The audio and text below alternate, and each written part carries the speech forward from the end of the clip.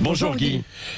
Bonjour Cécile, bonjour Patrick, bonjour à tous. Alors il paraît Guy que vous vouliez nous parler d'un mail que vous avez reçu dans la nuit, hein, c'est ça? Oui, vous savez, chaque matin, le même rituel pénible. En allumant son ordinateur, on fait le tri dans les messages indésirables qui encombrent la boîte mail. Parce que vous savez, parfois s'égarent dans les spams des mails très importants et on les loupe. D'ailleurs, à ce propos, Patrick, je vous ai transféré un mail intitulé Enlarge your penis in 5 days.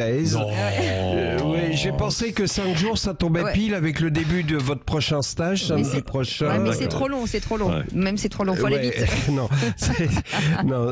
Sérieusement, j'ai reçu un mail bouleversant intitulé Help Ukraine, dans lequel une certaine Tamara m'écrivait depuis, dit-elle, sa cave de la banlieue sud de Kiev où elle était réfugiée avec son enfant, à qui elle n'avait plus rien à donner à manger. Et d'ailleurs, c'était frappant parce qu'elle s'exprimait dans un français très châtié avec beaucoup d'adverbes. Je trouvais ça très classe que dans sa cave bombardée, elle prenne soin de la grammaire. Et quand je lui ai demandé ce que je pouvais faire pour elle, elle m'a répondu qu'elle avait juste besoin de quelques euros pour nourrir correctement son enfant et qu'un simple virement à titre conservatoire de 1500 ou 2000 euros à l'agence Western Union d'Abidjan lui permettrait de voir venir. Alors, comme je m'étonnais de cette localisation exotique, elle m'a expliqué qu'il existe un corridor humanitaire entre l'Ukraine et la Côte d'Ivoire, mais que si j'avais un doute sur l'honnêteté de sa demande, je pouvais remettre l'argent en main propre à l'un de ses voisins de palier qui a pu quitter l'Ukraine à temps et qui habite 24 rue Henri Barbus à Clichy, deuxième étage, porte B, sur laquelle figure d'ailleurs son nom, Monsieur Diop Moussoko, retour d'affection en 24 heures, à qui donc je pourrais remettre l'argent en toute confiance. Je lui ai dit que c'était pas très ukrainien comme nom, elle m'a répondu, je vous ai dit qu'on était au sud de Kiev. Ah d'accord, bon, non sérieusement, l'opportunisme de certains hommes et la rapidité avec laquelle ils mettent au point des magouilles pour tirer profit du drame que vivent d'autres hommes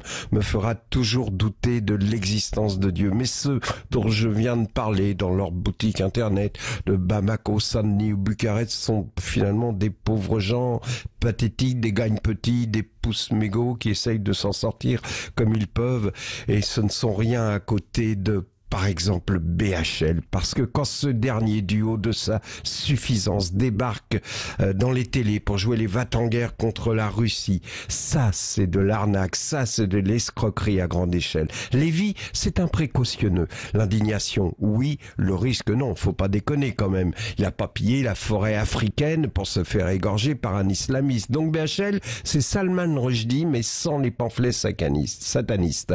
Il existe deux types d'engagement intellectuels. Il y a ceux par exemple qui lors de la guerre d'Espagne se sont engagés dans les brigades internationales, Malraux à la tête de son escadrille, Hemingway, Orwell, et aujourd'hui vous avez BHL et pas de ses combats.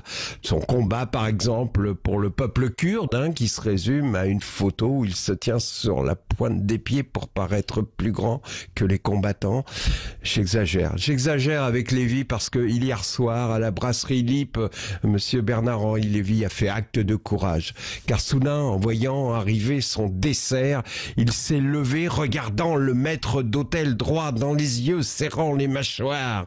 Il a demandé très fort qu'on enlève la cigarette russe plantée dans sa poire Belle Hélène. Et du coup, il a déboutonné le 3e bouton de sa chemise blanche en signe de défi.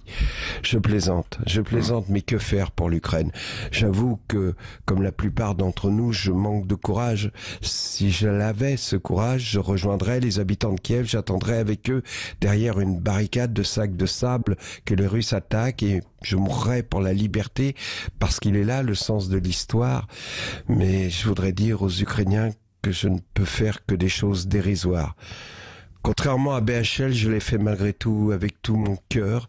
Alors je veux qu'ils sachent que je les admire, qu'on a peur pour eux et que j'allume des bougies sur mon balcon en balançant la chanson de Sting.